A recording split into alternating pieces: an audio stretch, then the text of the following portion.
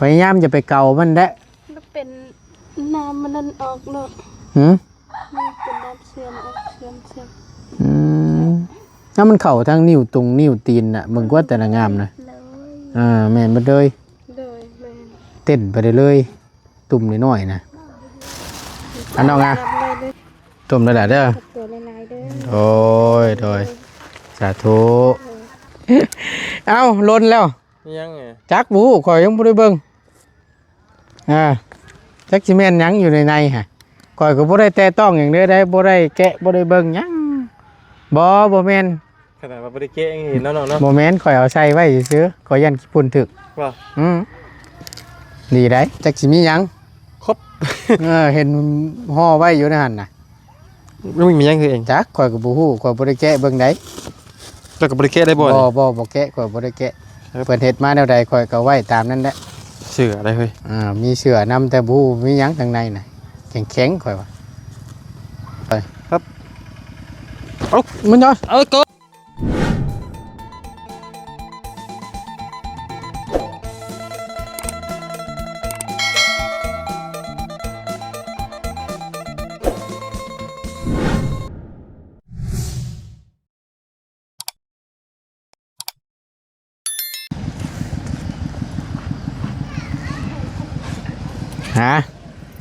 ฮึบบ่มีข้าวเย็นบ่นี่น้องกุ้มกินอยู่บ่เฮ้ยยามช่วงแรงๆนี่ก็ได้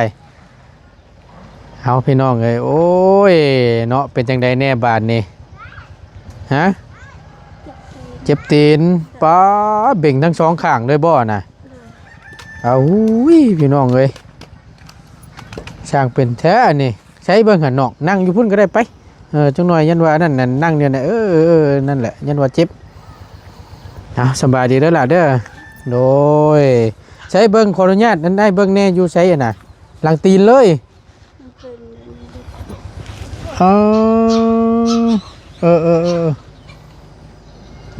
อันตรงเงินนิ้วซี่นี่ก็เมนบ่น่ะมันคือเต้นไปแนวนั้นน่ะเนาะโมน้องคันมันเป็นน้ำหนองมันคันแต่เขาเก่ามันบ่นี่น่ะโอ้ยพี่น้องคักแน่ลีนี่ข้างนี่มีทอในหลังตีนเห็นบ่บ่ล่ะอยู่พื้นอีกเมื่อวานนี่คือว่ายังเห็นย่างอันนั้นอยู่วันนี้เป็นตัวนี้เป็นแค่ตุ่มเดียวคักแน่ดีบานนี่คักแน่ลีสบายดีน้องหนึ่งเข่าเนาะช่วงแดงๆพี่น้องเลยเอากราบสบายดีและสวัสดีเด้อพี่น้องสบายดีบัดชุกุสุคนมาพบมาเจอกันช่วงค่อยคำลงแรงเนาะกำลังกะเกียมหนึ่งเข่าหนึ่งน้ำไว้กินเข่ากินน้ำในช่วงยามแดงๆเนาะขนาดนี้ก็เป็นเวลาในก็5 โมงปลายแล้วพี่น้องเนาะ5 โมงแรง1 ตะเว้นแน่หน่อยนึงเนาะมันยามค่ำมาแล้วก็กินข้าวกินน้ำนี่แหละพี่น้องกับมันสิบ่เห็นหุ่งเห็นเรื่องนี่แหละเพื่อนชานลันเป็นมันมืดหมูมีไฟมันเป็นมันโมเมนต์ว่าเป็นฟรีอันนั้นนี่เนาะมันเต้นไปเรื่อยๆเนาะมาหันเบิ่งน้ำนองมึงดูหันโอ้ยสัตว์แต่กระบาบกระเบาะพี่น้องเอ้ยบิ่งลึงอยู่ถ้าเป็นอยู่แต่อยู่ในหลังตีนนึงก็ใครอยู่เนาะตุ่มเดียวเนาะอันนี้รถงามตีนว่าวขอโทษนะพี่น้องเบ่งจนอันนั้นแยกแต่กันเลยอยู่เทิงกับบ่ได้มีแล้วอ่ะเนาะมีแต่เฉพาะในหลังตีนนี่นะเนาะข้างนี่บ่เจ้าว่ามันคันน่ะมันคันแหละเกาบานนี่เกาแล้วมันเป็นตุ่มขึ้นมาตัวได้ผลทักไม้เป็นอย่างท่าอยู่บ่ชนะเรื่องคือกระดังเราไปโอ้ประตูละไหอันนั้นตาไปเลยผมมันนั่นกกระโดน ฮะ ต้นกระโดน ต้นกะโลน เลยกาบ เอากาบมันนั่นบ่ เลย แล้วมาผลท่าสิบ่น้อง ผมต้ม เอาต้ม เลย ต้มแล้วก็มาหุ้มมาโปะนี่นะ เลย ตัวนั้นเป็นตัวแก่บ่ แบบเขาเจ็บแหงมันผ่อนมันก็เศร้าขั้น แบบว่ามันเจ็บมันต้องห้อนแล้วเฮาเอาเปลือกมันมาต้ม ต้มแล้วก็เอามาห่มแล้วมันจะแก้โธ่พี่น้องเอ้ยเนาะสร้างเป็นแท้นี่เป็นน้ำบ่ได้ตื้อเกือบนี่ประจักษ์อันนี่ เอาไปใส่เกิบมันเลยเอาเดินมาตู้ที่เกิบ บ่ ยืมเกิบมาตู้ใส่ ได้ยินแม่ตู้จะเว้าอยู่ว่าทั้งลานนั่นแหละยืมไปว่าซั่นเกือบอันคู่ข่าววานนี่บ่เนาะ เลย อันเคยว่าขาดหัวขาดนั่นบ่ เลย ตัวนั้นบ่เจะใส่เนี่ยนะ เลย มันก็สิแม่นแหล้วพี่น้องเอ้ยเอาฉันก็มีแต่ว่าเนาะสิว่าจังไดพี่น้องเมื่อวานนี่บ่ตูนชื่อให้แล้วเกือบทางแม่ตู้เพิ่นก็เจ้าก็ใช้ตัวนี้บัดนี้เนาะคู่ขาดนี่ล่ะว่ะ เลย คู่อื่นก็บ่ได้มีบ่ ผมนี่ บ่มีไปหั่นไปนี่เนาะก็พอได้เกือบทางแม่ตู้หั่นใจทั้งเจ้านั่นก็มีคู่เดียวนั่นบ่ เลย สิขาดแหละใช้เบิ่งหั่นใช้สิขาดหม่องใดเฮ้ยเบิ่งหั่นคือคักนี้แท้นี่เนาะคือกันเลยกาวคั่วบ่เลยโธ่เบอร์ยังเจ้าใส่นั่นน่ะ 38เบอร์38 เลย ทั้งเจ้าได้ใส่เบอร์ยังซะ เราก็พูด บ่ฮู้สิซ้ำกันบ่นี่กับอันเจ้าตีนนี่ แล้วใส่เกิบเคยก็ยังได้ ได้บ่ เลย ก็สิประมาณ38คือกันนะสำพังเว้านี่เนาะน้องจะมีจักคน น้องผู้หญิงใหญ่ ฮะ แบบผู้ใหญ่ ผู้ทั้งผู้น้อยผู้หยังนั่นแหละอันผู้ชายผู้หนึ่งกันเด้และผู้หญิงผู้หนึ่งกันได้ใส่เบอร์ยังเกือบแต่ละคนนั่นนะ เราบ่ฮู้โมฮู้ เลย อันผู้ชายผู้นั้นก็แม่นบ่น่ะ เลย น้องเจ้าคือกันน่ะเนาะ เลย เบิ่งก่อนพี่น้องโอ้ยเอาสำบายดีเด้อสำบายดีแม่โอ้ตัวหากะมาบ่ฮะมาเมื่อกี้นี่มาแต่สวนแต่ให้ยังบ่ได้นอนเนาะ บ่ได้นอนแล้วลูกก็เจ็บบ่สบายเนาะ บักล่ะมานี่ฮัมมาพี่เจ้าน่ะเอาน้องเนาะจักปีแล้วพูนี่สายตูดป้อมได้นั่น สายตูด ปีได้แล้ว 10 ปีโอ้ยเนาะ 18ปี ฮอดแล้วบ่ มันจะ11 12ไปว่า 11 12บักล่ะใช้เกิบเบอร์ยังอ่ะน่ะเบิ่งหันเกือบเจ้าน่ะ กับใบ3 ฮะเบิ่งย่างว่าผิดแล้วว่าเอาเบิ่งนี่ มันเป็นนี่ มานั่งพี่ก็ได้มา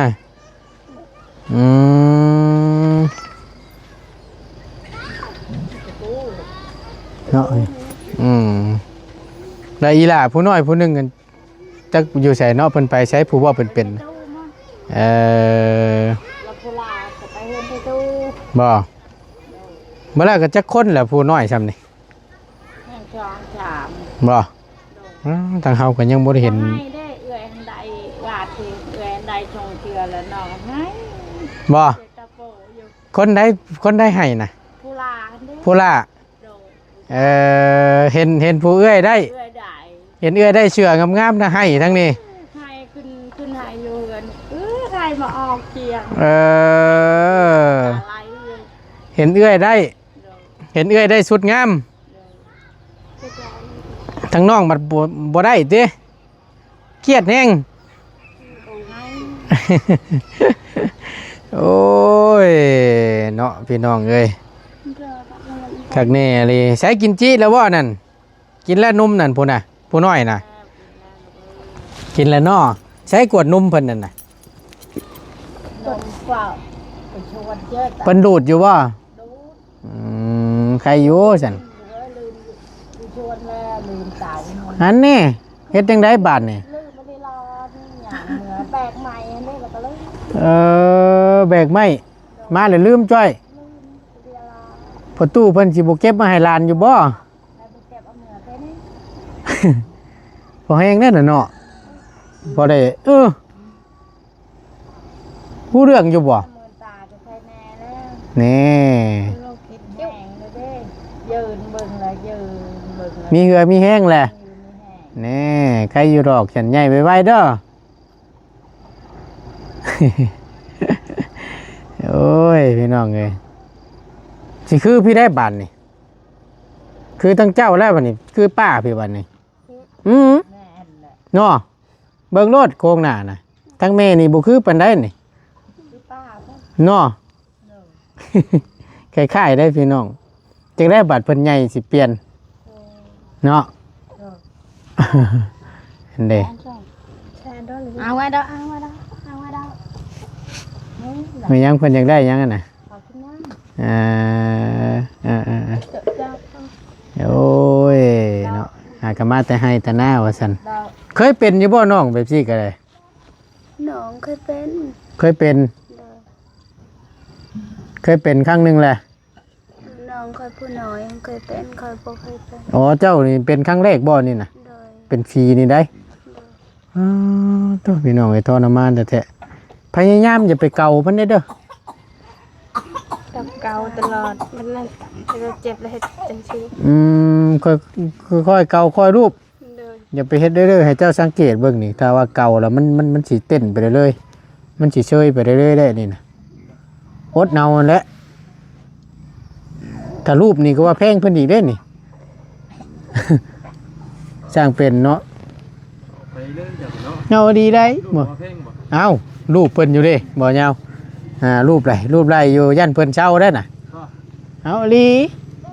อันนี้ตามผู้เฒ่าเพิ่นเว้าดอกว่าข่อยก็ได้ก็เอาเพิ่นมาเว้านั่นละเอาคำเพิ่นมาเว้าที่แม่นความเพิ่นบ่จักแหล้วมันสิคิดว่าแพงมันเด้ตุ่มฟรีนั่นเฮารูปเนาะไว้อยู่พยายามจะไปเกามันได้ มันเป็นน้ำมันนั่นออกเนาะ หือ มันเป็นน้ำเสื่อมออกเสื่อม ถ้ามันเข้าทางนิ้วตรงนิ้วตีนน่ะเบิ่งกว่าแต่ละงามนะ เลย แม่นบ่เลย เลยแม่น เต้นไปเลย ตุ่มน้อยๆนะ มันจะออกน้ำเลยเรื่องเลยเด้อ อืม สีเหลืองๆขาวๆแล้วคัน บ่ เลย อันกับสิเกี่ยวกันบ่เนาะพี่น้องในอาหารการกินนี่แต่ว่าถ้ากินพิษนี่ก็สิช่วยปีกบ่จังคิด เดี๋ยวกินบ่ผิดเนาะ ยันว่า แล้วตอนเราไปหายแล้วฝนตกเราไม่ได้ใส่เกิบ อันนี้ได้ โดย อ่า ฝนตกมัน อ่า เดี๋ยวเราไปหายหมดมือได้ใส่เกิบ ย่างไปตีนเป้าสิได้นี่เนาะ โดย เหยียบน้ำเหยียบมันเหยียบนี่ก็พอตัวพี่น้องพอแห้งอีกแหละ วัดตักเองของกระจกอันเป็นเท่าไม่เจอวัด นอนบ่แรงนี่สิบ่ปวดบ่โทบ่นี่ พูดคืนนี้ฉันนอนมารับ คืนนี่นะ เลย ให้ แล้วก็ได้หายเดียว ฮะ ประดาน้ำสองไป ให้อยู่ผู้เดียวนอนอยู่ใช้มือคืนนี่ นั่นเพิ่นไม่โต นอนอยู่เฮือนมีตู้ เออ อืมมันเจ็บมันปวดแห้งเนาะบุติแล้วตัวนี้น้ำอย่างเดืองจนย่อยใช้อันว่าอันทางไม้อันต้มอันนั้นน่ะห่มน่ะ ลูกแกงกิน เอ้าแม่นชะบ่ออันนั้นน่ะนี่บ่เอ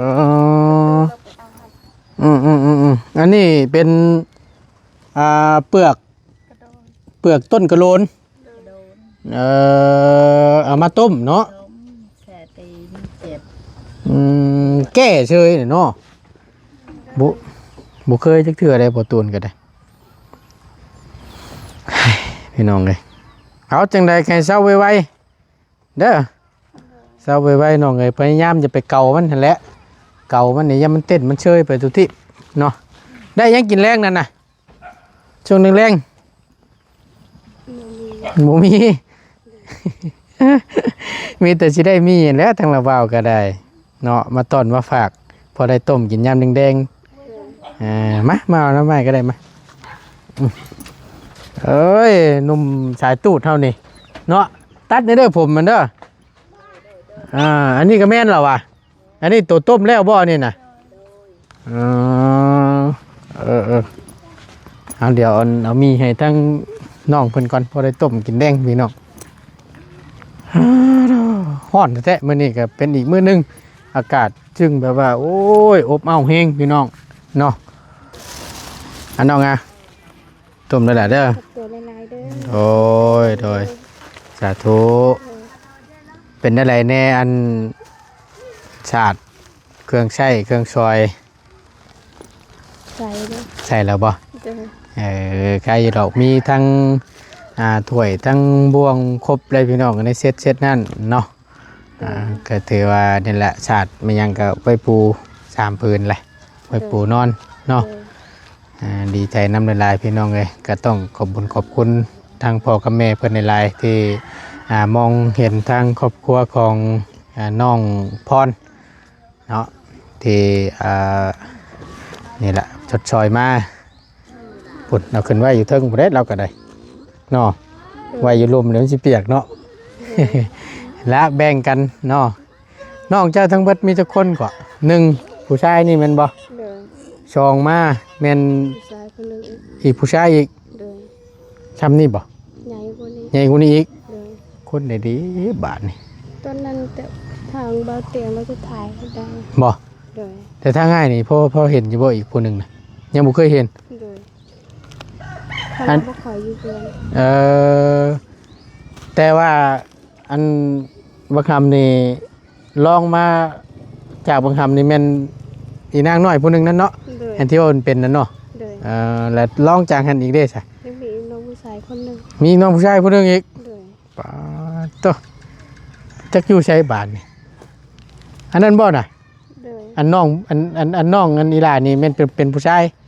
แม่นบ่ เด้อ นั่ง อยากไงเลยโอ้ยเนาะ เดี๋ยวไม่ได้ปัด เกือบกับบริษัทอีกอันนี่ก็ได้โอ้ยเนาะ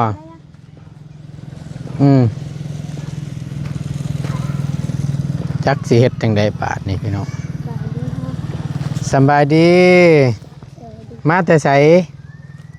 มาแต่เห็นแม่ตู้ มาแต่กันแม่ตู้ เลย เกือบจะไปใส่คือบ่ใส่ ยืน อยู่เฮือนก็บ่มักใส่เกือบนี่หึ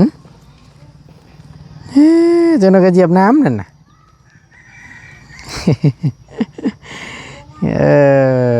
แต่อีกน้องเพิ่นอีกผู้หนึงนี่ก็บ่เห็นเนาะจักอยู่ไสเนาะ โดยเป็นลิ้น เพิ่นไปเล่นตามภาษาเด็กน้อยแหละพี่น้องเอ้ยโอเคจ้ะน้องเนาะก็ว่าเป็นหนึ่งข้าวหนึ่งน้ำบาทนี่โอเคเด้อโดยไปบาทนี่ผู้ดีบ่ยาวเว้ยเฮ็ดหยังอ่ะเฮ็ดหยัง กำลังเบิ่งจุดลงไฟอยู่ โจรโอ้ยโจรลงไผเลยมานี้มีแนวสิให้นี่ พี่น้อง บ่แม่นนะ เอาไว้บ่ บ่อันท่านะเจ้านั่นเดี๋ยวค่อยมีแนวสิให้อยู่ ครั้งแล้ว โอ้ยอันนี้ค่อยรักษาไว้แต่ว่าจะเป็นเท่าได้นี่น่ะอันนี้ได้ ก็แต่ผมมี ข่อยมีบางอย่างสิเอามาให้เจ้า จ้าจ้า นี่ใช่ไหม อันนี้จะไป อย่างนี้บาทนี่คืออย่าง บัดบ่ เอาลนแล้ว ยังไง จักบูข่อยยังบ่ได้เบิ่งจักสิแม่นหยังอยู่ในฮะข่อยก็บ่ได้แตะต้องหยังเด้อได้บ่ได้แกะบ่ได้เบิ่งหยังบ่แม่น ขนาดว่าบ่ได้เก๊เห็นน้องๆเนาะ บ่แม่นข่อยเอาใส่ไว้ซื่อๆข่อยยันขี้ฝุ่นถึก ว่า ดีได้ โอ้โจรลงไฟตัวนี้ ยังมีบ้าน จักบ่ยาวเอ้ยแกะเบิ่งเด้ออันนี้เป็นนี่ไปนี่ บ่าวยาว เป็นของฝากของต้อนทั้งเอ้ยใหญ่ใจดีเพิ่นมาเพิ่นมาแต่ก่อนพุ่นแหละบ่ยาวหาจังหวะและโอกาสที่จะมาให้ทางบ่ยาว จักสิมีหยัง ครบ เห็นห่อไว้อยู่ในหั่นน่ะ ไม่มีหยังคือเอง จักข่อยก็บ่ฮู้ข่อยบ่ได้แกะเบิ่งใด แล้วก็บ่ได้แกะได้บ่ บ่แกะข่อยบ่ได้แกะเพิ่นเฮ็ดมาแนวใดข่อยก็ไว้ตามนั้นแหละ เชื่ออะไรเฮ้ย มีเสือนำแต่บ่ฮู้มีหยังข้างในน่ะแข็งๆข่อยว่า บ่าวยาว มีหยังเศร้าเน่า เช้าเนาะ เศร้าแนว บ่ เช้าแนว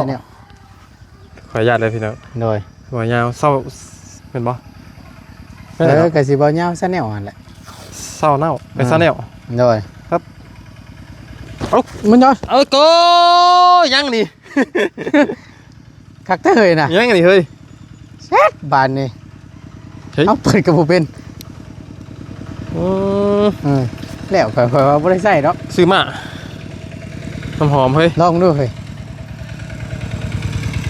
เบิ่งแล้วตำไม้ข่อยได้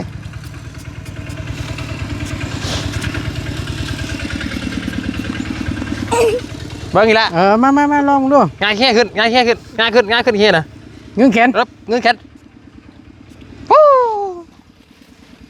เมาบัด ใช่เอ้ยหอมบ่บ่เจ้า หอมอยู่เนาะ ฮะคักบ่ คักต่างประเทศได้นี่เนาะ แม่นของเอ้ยเพิ่นแล้วมาฝากมาต้อนรอบก่อนน่ะบ่ยาวเอ้ยของฝากของต้อนทั้งเอ้ยเพิ่นก็บ่มีหยังได้ว่าซั่นน้ำจิตน้ำใจจากเอ้ยเพิ่น นี่ก็แม่นบ่นี่ แม่นพร้อมเชื่อน้ำแน่คือแขนยาวๆขายาวๆคือสิแม่นล่ะอ่า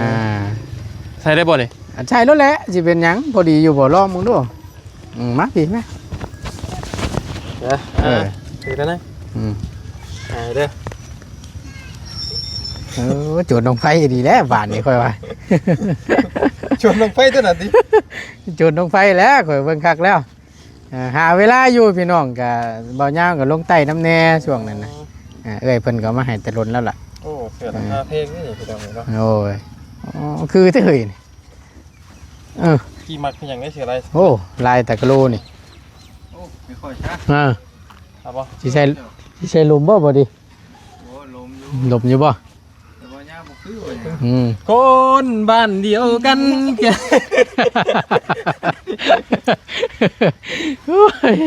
พอดีได้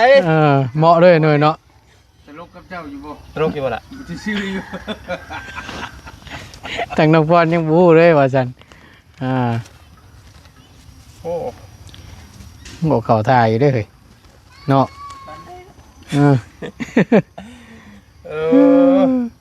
เอาชวนลายเพิ่นสิมาคิดกันแนวนั้นแน่น่ะที่บ่ โก้ยนั่นแหละบ่ยาวเว้ยแต่แว่นหวานนี่ โอ้เท่ดีเนาะเท่บ่ล่ะ โอเคพี่น้องเอ้ยเนาะก็ ใจเอื้อยจังเนาะ เอ้ยใหญ่ใจดีทั้งเอ้ยเพิ่นก็บ่ได้ออกชื่อเสียงนิ่งน้ำดอกเว้ายาวเว้ยเพิ่นมาดินมาหัวมาเยี่ยมยามบ้านเมืองเฮานี่แหละเพิ่นก็มากันเลยมีของฝากของต้อนล่ะมาต้อนกับทีมงานว่าซั่น ใช้ได้เนาะ โดยได้รู้แล้วมันอากาศมันทำมาแล้วมันสิเย็นสิหนาวได้บัดนี่ ทักอยู่นี่เนาะพี่เนาะใช่ไปป่าไปลงใช่ถ่ายคลิปเนาะ แมน เอ้ามีแต่ว่าขอบใจทั้งเอ่ยเพิ่นนายเด้อเนาะเอ่ยเพิ่นอยู่ดีมีแฮงเนาะความเจ็บบ่ให้ได้ความไข้บ่ให้มีเด้อสำหรับของฝากฮอดถึงมือเป็นที่เรียบร้อยแล้วเนาะเป็นน้ำหอมกับเสื้อลายสเกิร์ตตัวนึงเนาะขอบคุณทั้งเอ่ยเพิ่นนายเอ่ยอยู่ดีมีแฮงความเจ็บบ่ให้ได้ความไข้บ่ให้มีปราศจากโรคภัยทั้งปวงเนาะบ่ว่าสิธุรกิจการงานหยังก็ขอให้เอ่ยราบรื่นตลอดปีและตลอดไปเด้อเนาะให้อยู่ดีมีแฮงก็เหนือน้องไต้ก็ให้ตลอดปลอดภัยของครอบครัวของเอ่ยเนาะสำหรับคลิปนี้ปล่อยยาวกับประตูนไปแล้ว โดยเอาล่าให้เลยเอาเฮ้ยเนาะเอาขอบใจหลายๆเนาะอยู่ดีมีเฮงมาบัดเนี่ยตื้มน้อยก่อนนะตื้มน้อยก่อนนี่ไปบัดนี้พร้อมแล้วพร้อมแล้วโดยขอบใจหลายๆเนาะไปพี่น้องทั้งประตูนก็จะได้ล่ำลาแล้วก็จบคลิปลงไว้เพียงสำนี้ก่อนเนาะพี่น้องเนาะขอบคุณหลายๆเด้อทั้งเอ้ยเนี่ยใจดีเนาะที่มีน้ำจิตน้ำใจของฝากของต้อนกับทีมงานเนาะน้องๆเบิดทุกคู่สู่คนเนาะก็ให้อายุมันคนยืนลำรวยๆเด้อเอ้ยเด้อให้อยู่ดีมีแฮงสาธุเด้อเนาะไปแล้วพี่น้องขอบคุณหลายๆสบายดีเด้อ